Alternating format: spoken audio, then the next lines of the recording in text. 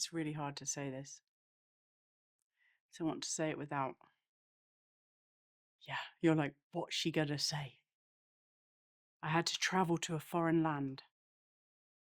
And to do that, I had to work as an erotic masseuse. This is how I became an erotic masseuse. It was an accident. I fell in love with this woman in Australia. I was traveling. She was from America. We met at this amazing bar called Bitch. Because I fell in love with somebody and they lived in another country and I didn't have enough money, and I thought, in fact, I'm going to blame it on two other friends of mine, these two women. One was in the army and one was in the Navy, and you'd think because they wear uniform, they would give you good advice.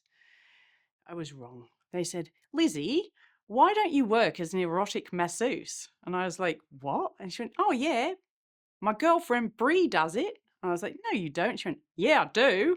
I was like, no, you don't. They were like, yeah, it's not a big deal. What's the difference between a shoulder and a penis?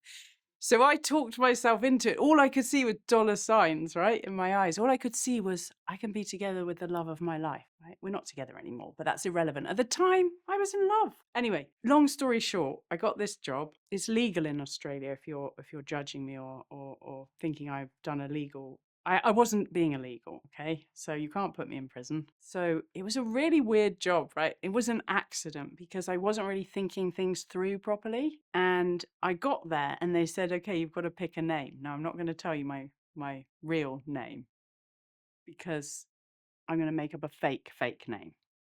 So I'll just pretend I was called Chardonnay. Guys, I need some support. Is this like really something I should be talking about? Are you interested? Okay.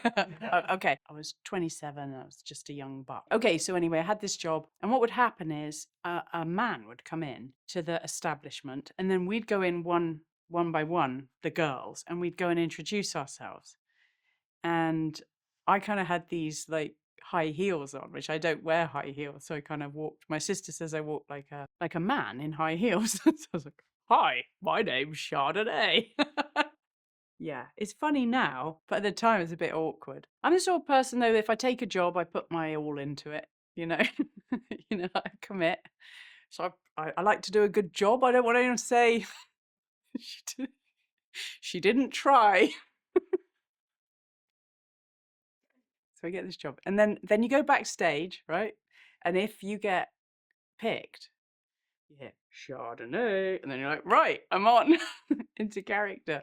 Like you go and get the guy, you take him to the room, which is like themed Egyptian room and stuff, and you say, have a shower, and then I'm being really full on here. Is this okay, everyone? To get on the bed, lie down, not the bed, the massage table, because it was a proper therapy, you know. And then I had to take my clothes off and be naked. And they're not allowed to touch you or anything. Like, it's not like a two-way thing.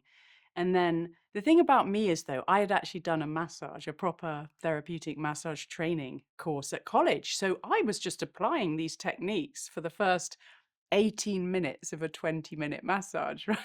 I bet they were thinking, is this a happy ending place?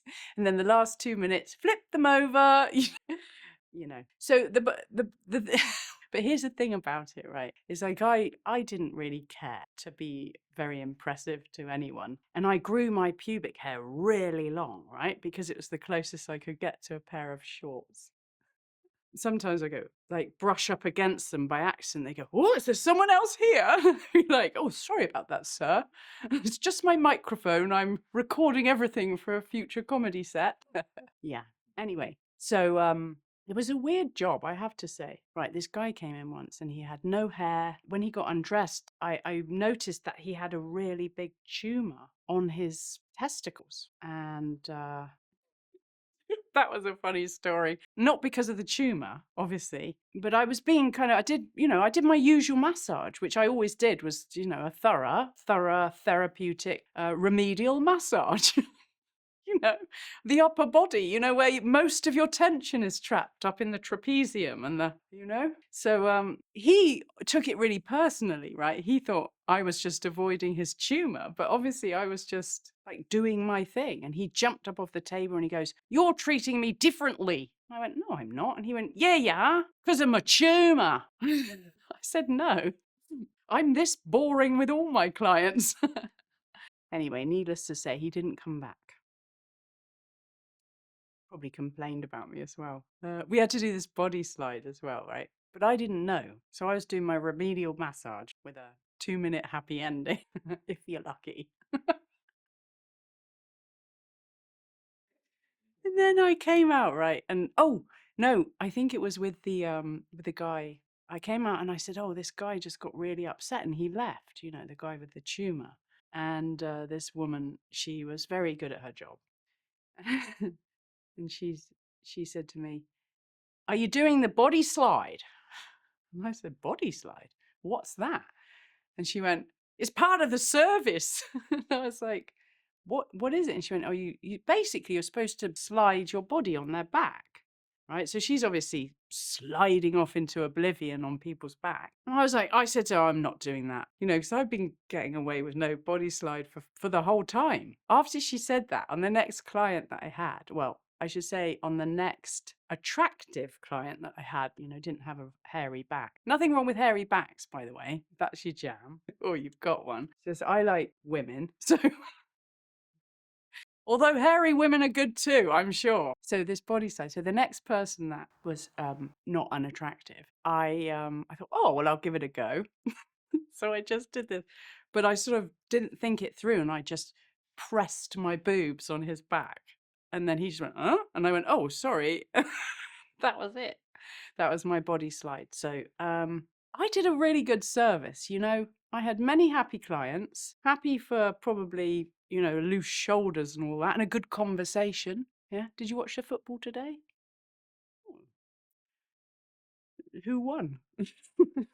So that's how I became an erotic masseuse. Here's the funny thing about it, though. When I made the money and got to America, well, that relationship just sort of collapsed in on itself after that, because here's a word to the wise: don't put that in the middle of a new relationship. You can have that one. At the time, it was a very challenging experience in many ways. Like, you'd think, though, wouldn't you? You'd think, oh, it's the actual job, the actual, But actually, the biggest piece that's challenging about it is when you're rejected. When you go and introduce yourself to some guy who's got, 3 eyes, a tail.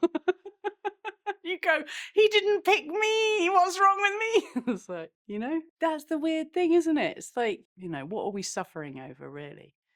It's the way we feel about ourselves, isn't it? There is a little bit of a difference between a shoulder and a penis, I will say, but not much. I've worked at Burger King, at a supermarket. I've been a rose seller. I've been a youth worker. I've been a care worker. I've worked in a psychiatric ward for the criminally insane. I've been in a psychiatric ward for the insane, and now I'm a hilarist. But that's pretty much my CV. My mum always says to me, she goes, "Well, that would look good on your CV." She says I always get jobs with uniform. But I like now to work in this suit, not in my birthday suit. Worn a lot of tabards in my time.